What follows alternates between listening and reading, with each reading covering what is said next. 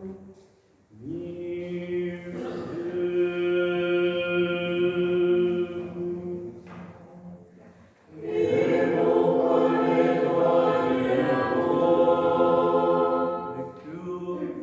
Saint-Évangile selon saint Marc.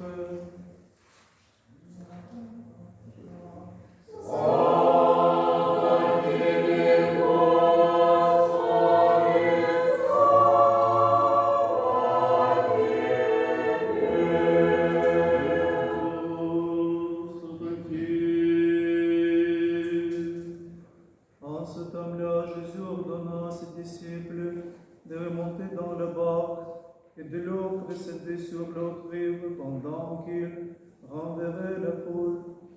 Et quand ils l'ont renvoyé, il gravit la montagne pour prier et car. Et là, il était seul à la tombée de la nuit. La barque se trouvait déjà au milieu de la mer, harcelée par les vagues sous un vent contraire. À la quatrième veille de la nuit, Jésus vint à eux, marchant sur la mer. Les disciples, les voyant marcher sur la mer, rirent pour et dirent, c'est un fantôme, et ils crièrent d'effroi. Mais Jésus leur dit aussitôt, rassurez-vous, c'est moi, ne craignez pas.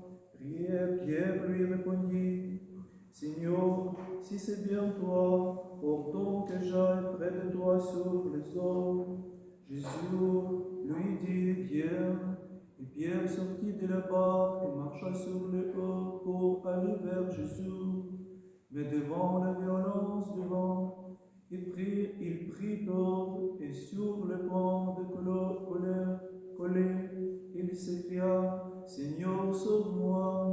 Aussitôt Jésus attendit la mer, les saisit et lui dit, ô de peu de foi, pourquoi as-tu douté? Et quand il fut monté dans la barque, le vent cessa.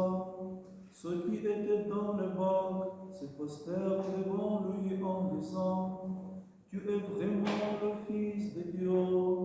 Et lorsqu'il eut achevé la traversée, ils touchèrent terre à Génézareth.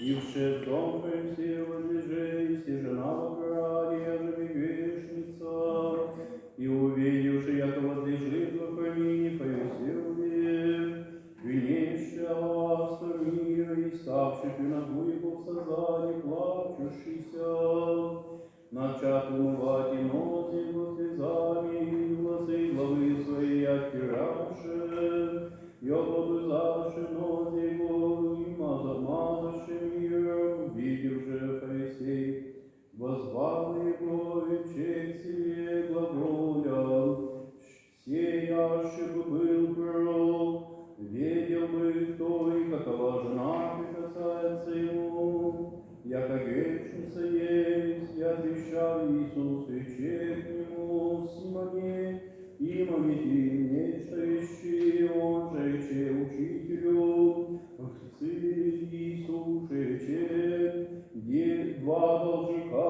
вместо взаимодавцу некоему, един бе должен 500 динарий, другие же 50, не имущего же има воздать, и обема отдать, который воею, Христи паче возлюбит его, отвещал же Симон вечерню, яко ему же вяще отдал, он же рече ему право судил иси, я вящеся к жене Симона рече, видишь ли сию жену, в ней дох в дом твой воды на нозе мои не дадесь, я же слезами облеями нозе, и волосы главы своей ты, лапзанием не надеясь, я же от невижек не дох, ни креста облобызающими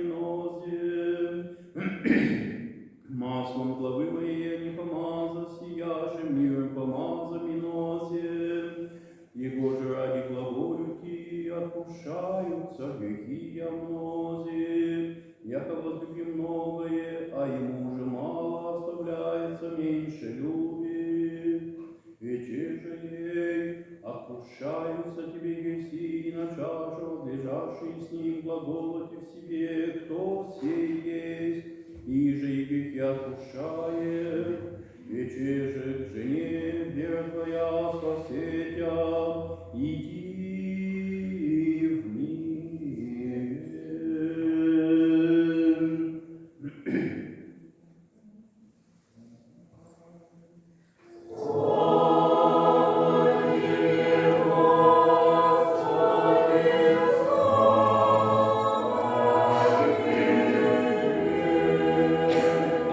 Отца и Сына и Святого Духа, в nom du Père, du Fils и du Saint-Esprit. И прошу прощения перед тем, которые не говорят по-французски, надеюсь, что будут понимать немножко, даже если не говорят хорошо, потому что я буду продолжать на французском, как наши все епископы хотят, что мы служили в каждой стране в языке страны. Но не поэтому, потому что не легко по-французски. Дорогие chers frères et sœurs, aujourd'hui, nous célébrons beaucoup de choses comme d'habitude, car gloire à Dieu, et ça c'est toute la gloire de Dieu, le calendrier liturgique est plein chaque dimanche de nombreux motifs de fête et de nombreux saints à commémorer.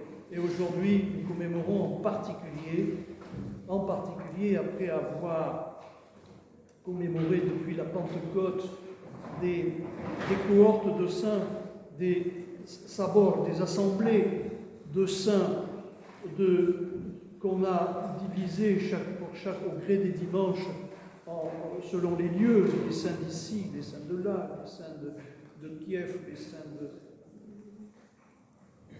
de partout en Russie. Aujourd'hui, et par groupe, nous avons commémoré tant qu'ils sont nombreux. Aujourd'hui, nous célébrons en particulier, tout particulièrement, deux saints importants. Tous les saints sont importants. Tous les saints sont importants. Mais deux saints importants dans l'histoire de la Sainte Russie, qui sont les saints dont l'icône est ici, Saint Boris et Gleb. Saint Boris et Gleb qui sont les premiers saints martyrs russes, puisque la Russie s'est baptisée par le prince Vladimir et que le temps après, les saints Boris et Gleb ont été les premiers à préférer la paix et l'amour d'autrui, ont préféré la garde de la paix dans leur cœur plutôt que de prendre les armes et plutôt que la violence. Ils ont montré en tant que martyrs la voie à suivre, qui n'est pas la voie de la violence, mais la voie de l'amour. Et le premier évangile de la fête que nous avons entendu, c'est l'histoire, c'est le récit d'un miracle. Alors, est-ce un miracle? C'est sur ce point que je voudrais un petit peu que nous questionner. Qu'est-ce qu'un miracle?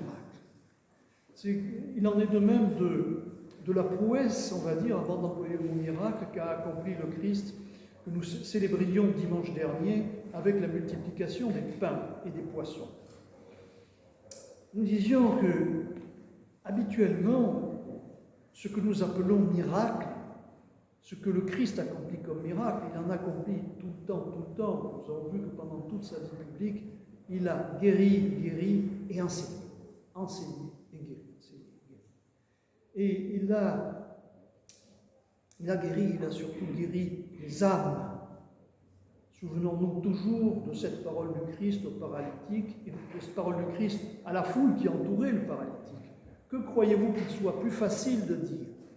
Tes péchés te sont remis, ou prends ton grabat et marche. Et là, il guérit le grabataire pour montrer que le plus difficile et le vrai miracle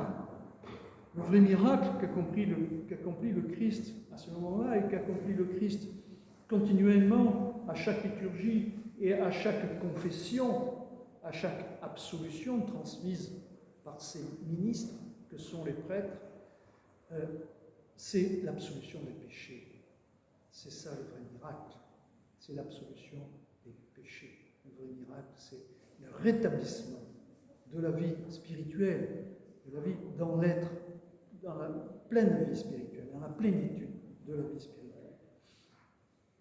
Évidemment, il l'accompagne de guérison, mais chaque fois qu'il accomplit ces miracles, il les accomplit pour quelqu'un, pour un être, pour une personne. C'est ce que nous appelons un miracle.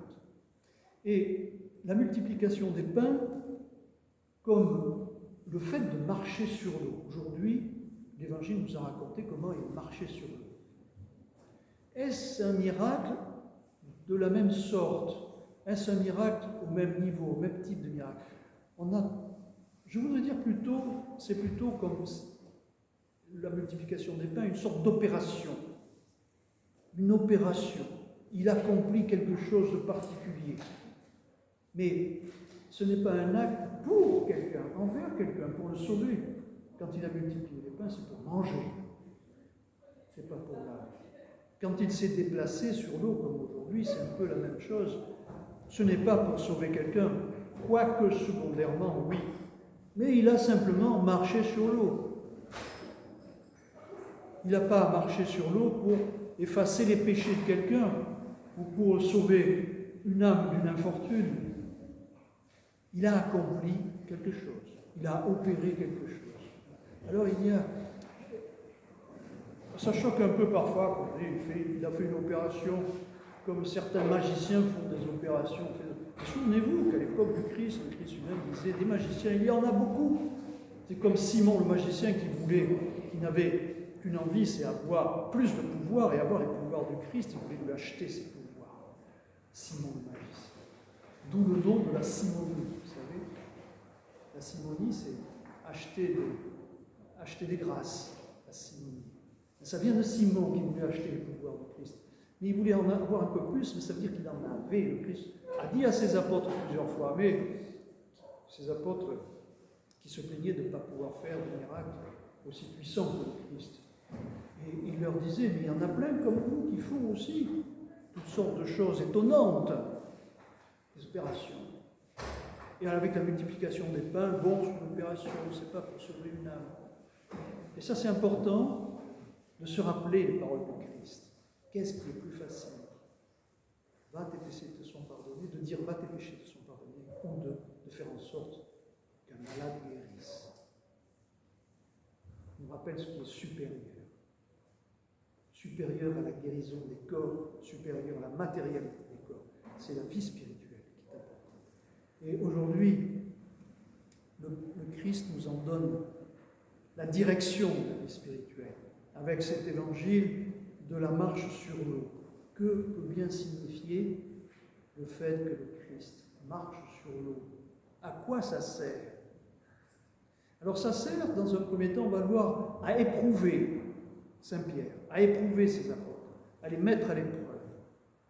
Mais également, ça nous dit quelque chose, au-delà de l'épreuve de Pierre, ça nous dit quelque chose de l'état du Christ, de l'état de sainteté. De l'état de sainteté, la sainteté, c'est le partage du même état que celui du Christ, état spirituel. Et dans cette image du Christ qui marche au-dessus de l'eau, cela nous dit que dans cet état-là a dépassé toutes les déterminations. Et il peut marcher librement au-dessus de toutes les déterminations. Il n'est nullement contenu dans aucun déterminé, dans aucune boîte, dans aucune église. Voulions-nous nous-mêmes tous les jours lui tenir, Seigneur, il s'y tient, mais pas seul. Et ça, avec humilité, il faut toujours s'en souvenir. Je n'ai pas qu'un seul troupeau, je n'ai pas que ce troupeau-là, j'ai d'autres troupeaux. Leur destin ne vous regarde pas. Mais ce n'est pas pour autant que je ne suis pas votre berger. Mais souvenez-vous que j'ai d'autres troupeaux. C'est ça que signifie cette image du Christ qui marche sur l'eau. Il est au-dessus de toute forme déterminée. C'est le symbole qui nous est offert pour comprendre cet état-là, qui est la définition, la caractérisation de l'état de sainteté. Alors, le premier but, si but il y a, c'est d'éprouver Saint-Pierre.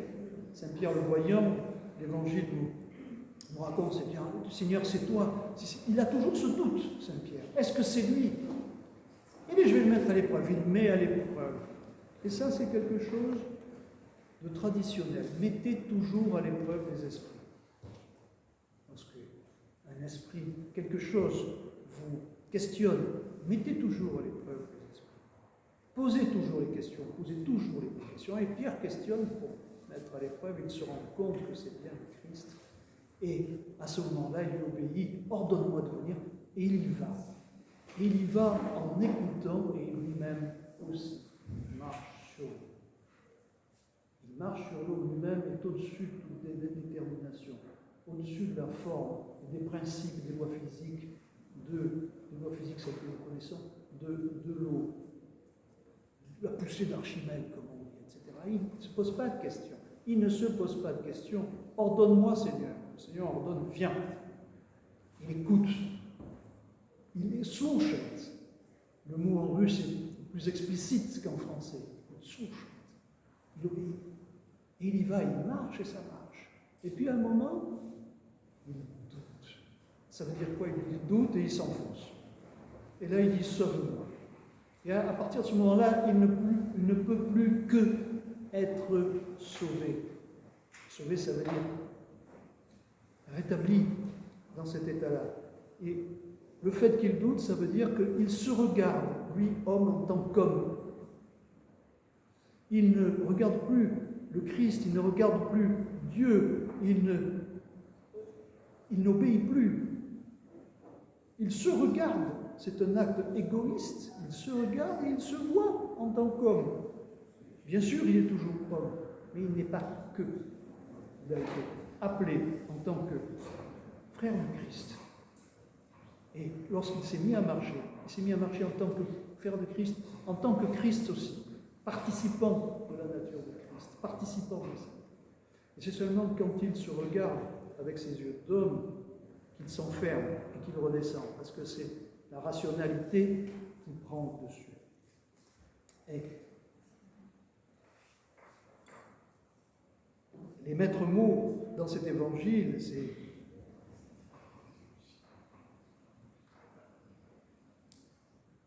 la peur. Il dit, viens, Pierre sortit de la barque et marcha sur les eaux pour aller vers Jésus, mais voyant que le vent était fort, il eut peur. Et pourtant, Christ lui a dit, rassurez-vous, c'est moi, n'ayez pas peur. N'ayez pas peur. Et à la fin de l'évangile nous dit que tous les apôtres, en voyant cela, se sont prosternés devant Jésus et lui dirent, tu es vraiment le Fils de Dieu. Qu'est-ce que ça veut dire? Ça veut dire qu'ils ont pris conscience. Ils ont pris conscience de ce qu'était véritablement la nature de cet état qui leur était, auquel ils étaient appelés. Et ça veut dire, tu es vraiment véritablement Fils de Dieu, ça veut dire qu'ils ont compris. Ils ont compris que nous ne sommes qu'humains, et toi, tu es le Christ, tu nous appelles avec toi, et nous en sommes capables. Nous avons compris. C'est ça que ça veut dire. Tu es véritablement Fils de Dieu, ça veut dire que nous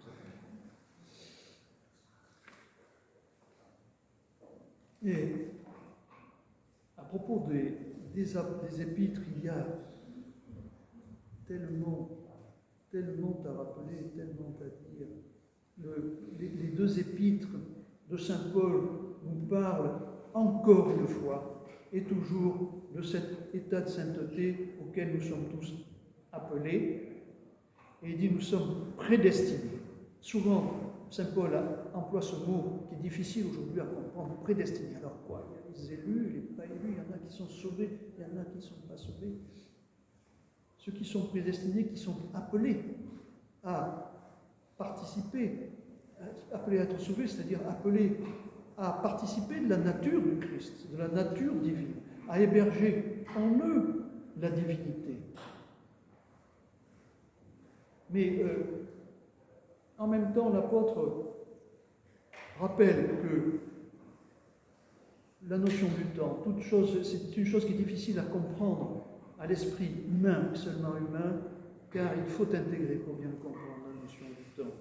Ceux qui étaient, la prédestination, ça veut dire tous ceux qui étaient connus d'avance dit l'apôtre. Et vous savez que la notion de temps pour le Christ n'est pas la même que pour l'homme. Avant que le monde fût, je suis l'alpha et l'oméga. Avant que le monde fût, je suis. Difficile à comprendre. Donc ces choses-là, il y aurait beaucoup pas.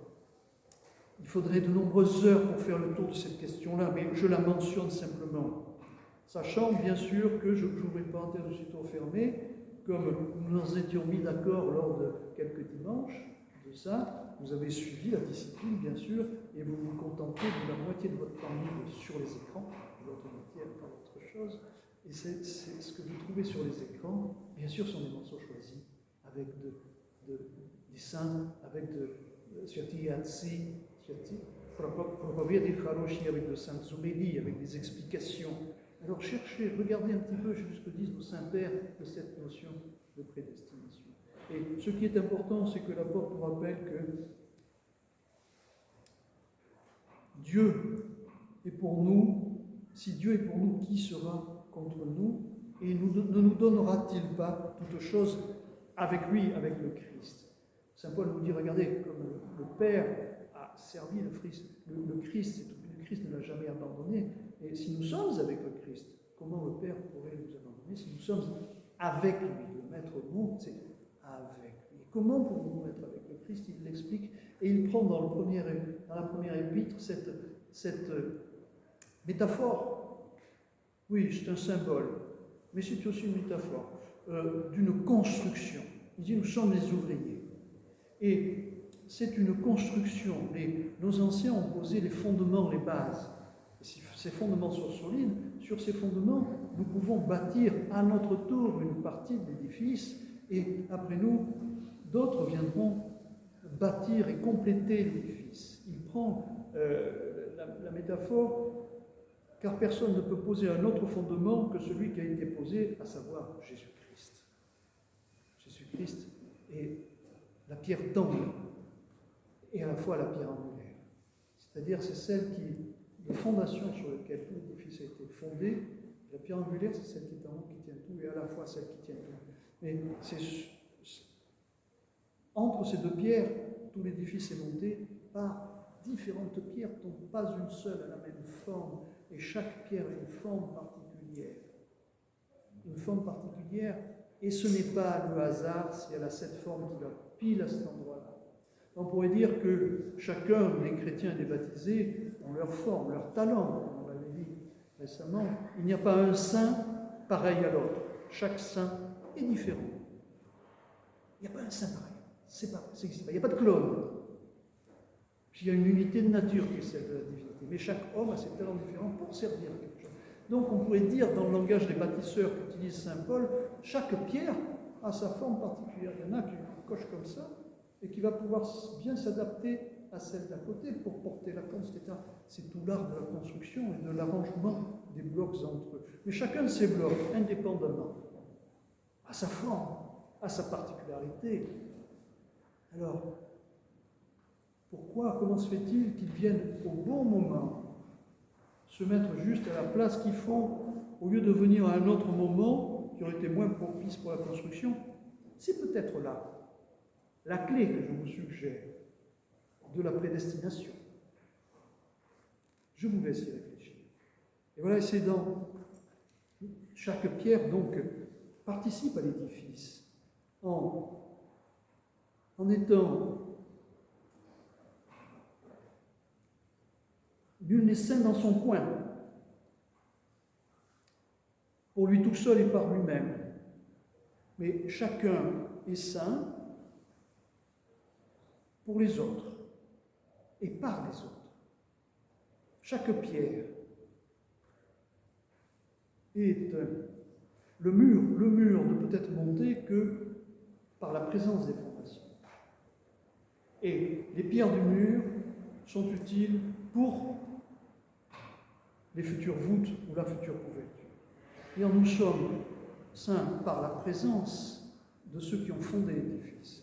Et pour ceux qui sont saints. Et ces saints-là vont être la base, ils vont aider, ils vont permettre l'ajout, la complétude de l'édifice par ceux qui viendront. Nous ne sommes pas saints seuls dans notre coin. Nous sommes saints par certains, grâce à certains. Et nous sommes saints pour certains. Et j'emploie le mot saint dans le langage paulinien, bien sûr. Souvent, Paul appelle saints tous les frères d'une communauté. Et tout ça, ça veut dire qu'il emploie cette image l'ensemble des saints, l'ensemble des baptisés, forment un seul corps. Nous disons souvent, nous sommes le corps de Christ. Par nous individuellement. Ça, c'est la plaie du monde moderne. C'est la plaie du monde moderne de ne pas arriver à se défaire, même inconsciemment, de cette notion d'individualité, d'ego. Et même quand on prononce le nous, on entend le somme de je. Non. Ici, dans ce cas-là, le nous a une personne. Et c'est souvent pour ça, et dans ce sens-là, que dans l'étiquette française et dans d'autres pays aussi, on emploie le pluriel, non pas pour s'adresser à la somme, une certaine somme ou un certain plus, mais pour s'adresser, pour reconnaître un être qui dépasse l'individualité. Et il y a aussi, juste une petite parenthèse, à la fin de cette épître, quelques paroles de Saint Paul qui nous renseignent, qui nous expliquent pourquoi la question vient souvent, parce qu'il y a des malheurs, c'est un malheur qui arrive malheureusement fréquemment, des familles qui viennent, qui souhaitent qu'on prie pour des suicidés. Et vous savez que l'Église ne le fait pas. Il ne peut pas le faire. Et là, Saint Paul nous donne un petit peu la raison. Mais ne savez-vous pas que vous êtes temple de Dieu et que l'Esprit de Dieu habite en vous? Vous ne le savez pas? Ça veut dire peut-être certains ne le savent pas. C'est comme ça, qu'on en soit conscient ou pas. Tout baptisé, conscient ou pas, est le temple de Dieu et l'Esprit de Dieu habite en lui. Si quelqu'un détruit le temple de Dieu, Dieu le détruira. Car le temple de Dieu est saint. Et c'est ce que vous êtes. Voilà. Alors pour finir enfin, je voudrais souligner deux événements qui participent peut-être d'un même mouvement, deux événements qui sont de grâce. Un événement qui est une grande grâce pour notre paroisse, et un autre événement qui est peut-être un signe pour notre paroisse. Ça dépend quels yeux nous portons sur le monde et quel regard nous portons sur le monde. L'événement qui peut paraître anecdotique et pour lequel certains yeux verront tout de suite la broche ou le barbecue, c'est la présence hier soir de sangliers qui sont venus devant notre porte à la fin de l'office en sortant, ceux qui étaient là, et qui sont de plus en plus nombreux, entre parenthèses, bravo, dites-le autour de vous, venez au Vêpres. C'est un très bel office où il y a le sens de la fête du dimanche. En sortant des Vêpres, hop, ceux qui étaient là se retrouvent devant 4 ou 5 sangliers qui étaient là devant. Alors ça dépend quel regard on porte sur le monde, disais-je. Tout de suite, on se dit, surtout chez les Gaulois, un sanglier, on va le mettre à la broche, cabane la mangaille.